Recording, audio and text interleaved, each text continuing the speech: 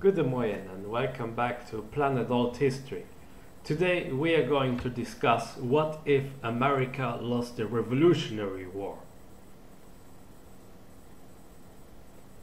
So this is a very popular question, and especially within alternate history topics, and of course what many US Americans are asking themselves is, what if America lost the Revolutionary War? And there are a lot of scenarios, and I think many people have very good and interesting and very deep scenarios with a lot of details to them. However, today I will explain you what I think could happen in such a scenario.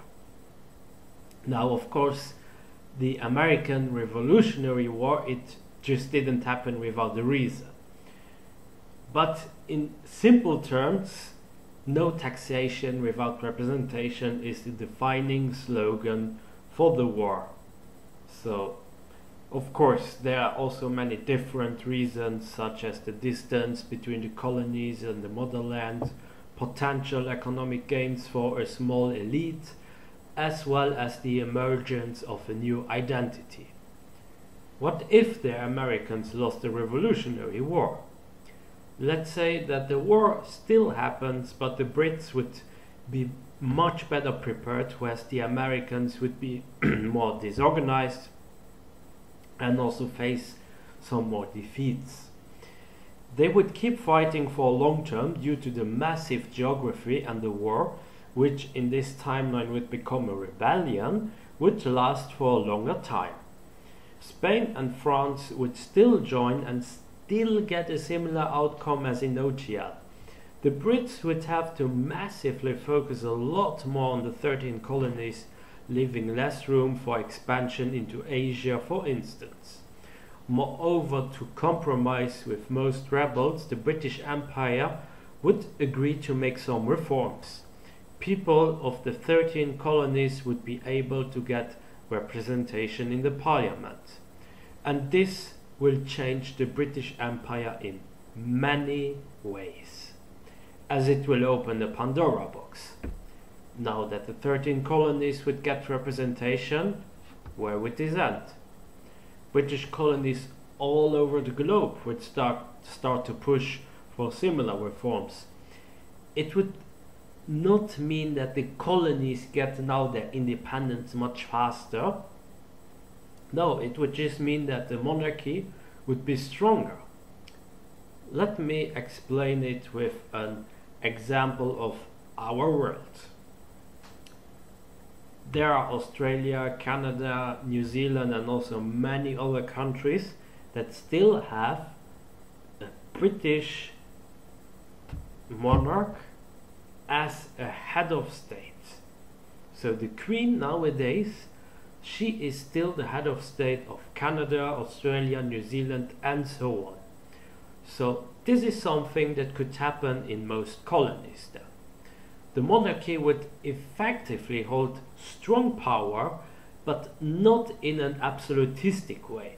So it would not be that the monarch could dictate, that whether I don't know, she would do or he would do this and that, like Louis XIV, for instance. But it would mean that the monarch has more personal unions, and the monarch will be the person who has, let's say, the last word in everything. That's how the power will grow. We will not see annexations of land from the 13 colonies in the motherland, or some type of Britannia like in Code Gas, so this is out of question. The identities of the 13 colonies would grow more distinct, a little bit more British, and perhaps there would be a much stronger support for monarchies in general. So monarchism could become a valid political movement in the 13 colonies. The Native Americans would have a better time as in OTL. They could consolidate power in a few regions and even emerge as a regional power if they play their cards right. What could probably happen with Spanish Mexico, as it would be less populated on the northern borders, and well, they would also have very interesting resources as gold, for instance, and the Northern American continent would have more isolated places, less infrastructure in the interior of the country, and several different countries ruled by Native Americans. Mestizos, for instance, or well, mixed Native Americans and colonists, or emerging from the 13 colonies, we would have different types of countries. I think that Florida and also French colonies of Northern America would still end up being conquered by the British Empire, and thus later on they would somehow mix with the 13 colonies, or perhaps some outer parts would mix with the countries which would be formed of the Native Americans, by the Native Americans. In the long run, we could see also an alternate Canada that controls, let's say, half of OTL US and almost all of Canada, but with a huge population focus on the eastern coast, while all the rest, except for the Great Lakes and other exceptions to the roots, would be very empty. Railways, they would be built from the north to the south instead of from the east to the west. And why do I say Canada? Well, Canada is still a country that has Elizabeth or any British monarch as head of state, and thus I would rather prefer to call all of this Canada than United States of America, because a Canada, or a bigger Canada in that sense, with that political system, would just make more sense if we are talking about this scenario. France would still face the French Revolution, of course, and Spain would still decline in power, there is no question about it. However, without the American Revolution, it is very unlikely that someone like Napoleon might get a hold on France, and it is more likely that we could see someone like Robespierre, or perhaps even a continuation of Robespierre, ruling France and becoming some type of Cromwell or Lord Protector. The Brits would focus less on Europe, and the coalition without the Brits would be tired of fighting the French after a while.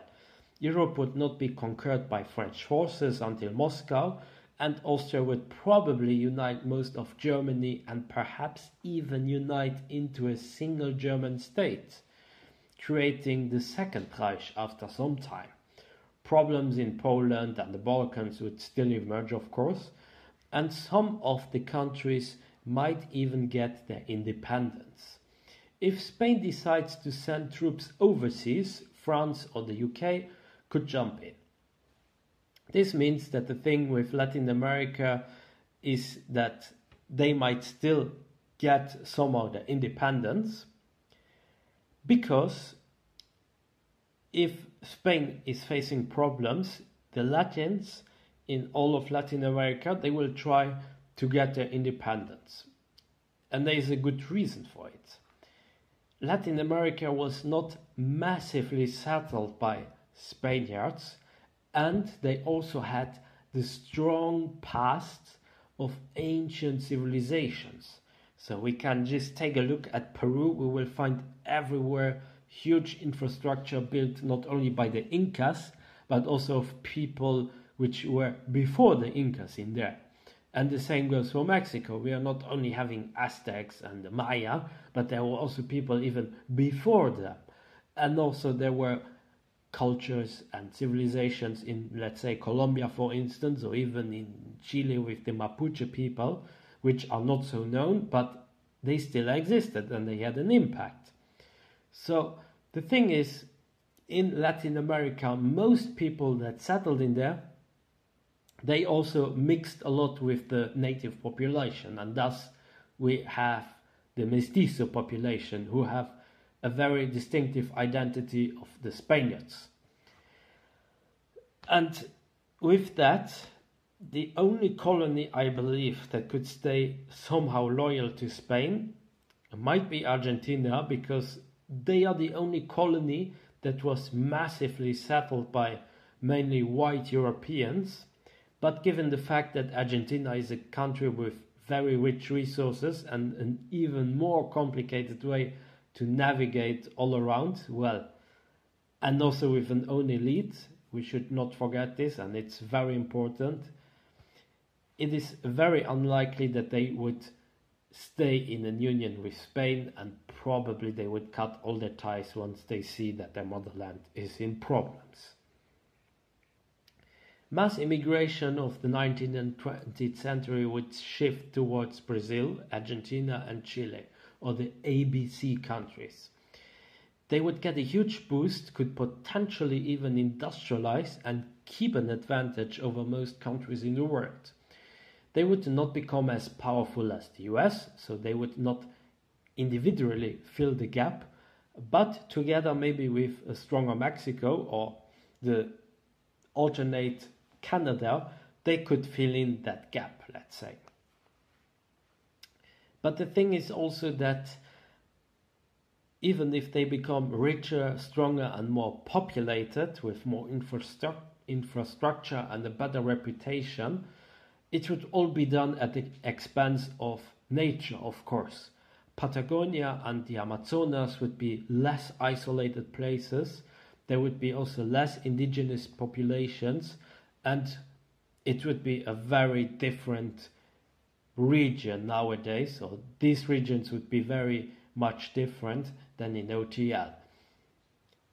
Brazil would compete with Argentina mainly because they are direct neighbors, and probably they would try to ally with Chile, while Argentina would seek maybe an alliance with Peru or Venezuela or even Bolivia. Asia would be open for some more Japanese expansion, and in this timeline it could have more long-lasting effects. So instead of that Japanese is only spoken in Japan, it would be more widely spoken in Asia.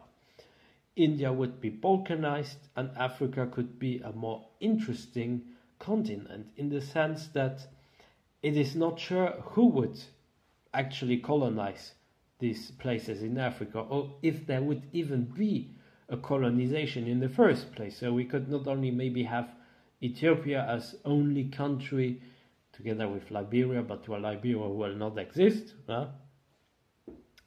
So we will not know which country will actually stay independent, or if maybe the Dutch, they will get more colonies, or if the Portuguese will connect Angola with Mozambique, or if maybe even by all means we will have now a huge Austrian presence in Africa. So that's up for the alternate timeline.